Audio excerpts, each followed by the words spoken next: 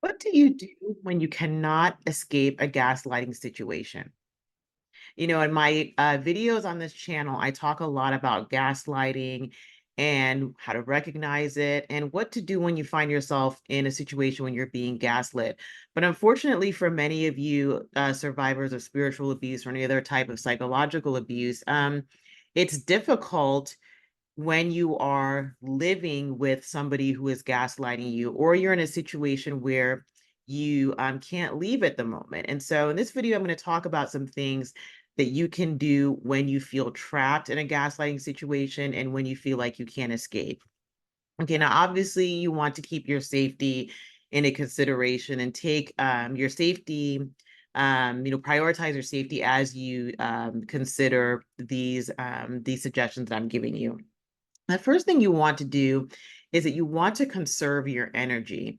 And what I mean by that is that dealing with people who gaslight others is an extremely emotionally draining and exhausting experience, as you are well aware of. And so, in these situations, you want to remember that the person who is gaslighting you is doing so as a way to chip away at your resources, to erode your confidence, your strength, and things like that. And so, if you can go into any situation with the mindset of you're going to conserve your energy, that will go a long way and that will help you decide, what you're going to do and how you're going to react. So, you want to think and prioritize conserving your emotional energy. And one way of doing that is just really not getting into arguments with them. I have a video on this channel about the Jade method, JADE. Go and watch that video because that explains what it means, but how to use that to combat gaslighting. And that's really helpful in this type of situation. Another thing that you want to do is you want to structure your life and your schedule where you limit interactions with a person that does this. And so that's going to take some planning on your part, being clever and things like that. But the more you can limit your interactions and increase even your physical distance from that person, that can help a lot. A lot of times when I read the comments on my channel, people that describe gaslighters, they describe them kind of like emotional vampires. They have a way of really spoiling the energy around them. They drain people. They just have a way of, even in the being, just their physical presence has a way of really just messing things up and really spoiling the environment and the energy. And so you want to be aware of and careful to limit your physical space around somebody who's like this and arrange your schedules that you don't have to interact with them as much.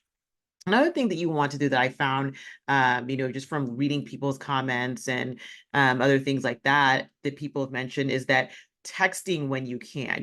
People who gaslight other people, they love to lie, they make up things all the time. And so sometimes if you just really limit your interactions as much as you can to text, at least you have proof. Now, as you know, I don't recommend arguing with people who gaslight other people, right? Gaslighters, you can do everything by the book. You can show them evidence that they said or did something and they will deny it, or they will do whatever they can to live in the alternate reality that they've constructed for themselves. But for your benefit, I recommend texting when you can. And part of the reason why I recommend that is it helps conserve the emotional energy on your end. And number two, even though, people who gaslight other people will make up things, at least if you are texting or you have some sort of written proof or evidence, that helps you, right? It may not get them to back down, but it may make them, maybe have second thoughts before going there with you. So I recommend texting as much as you can and texting as briefly and as businesslike as you can. Another thing that sometimes people forget when they're in situations is that you don't have to respond to what they say. And silence in and of itself is communication.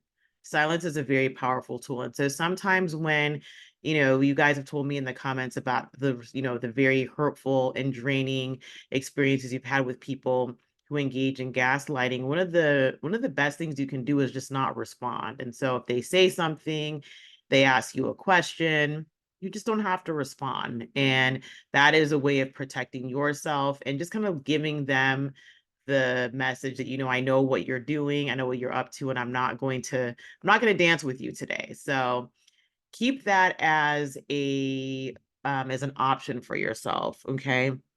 Another thing that seems kind of counterintuitive, because I just told you to not respond at times. Another thing is you can just really be very direct and blunt with them, right? And so sometimes, you know, it depends. You have to gauge where you're at emotionally. But sometimes one of the best things you can do is look them directly in the eye and tell them, you and I both know that that's not true. Or, you know what, just stop. Whatever you need to do, look at them in the eye or tell them, I'm not going there with you today. I know what you're doing. I'm done. Whatever you need to do, be direct, be blunt, and be short with them. And that's one thing that can kind of catch them off guard because they may not be expecting that from you. And remember, gaslighting is an erosive process. And so people that do this, they really want to wear you down. And so by showing that display of strength in that moment, it can let them know that you're not going to be doing that with them. You're not going to be playing the game. You're not going to argue, whatever it is, you're done. Okay. So that's another thing that you can do.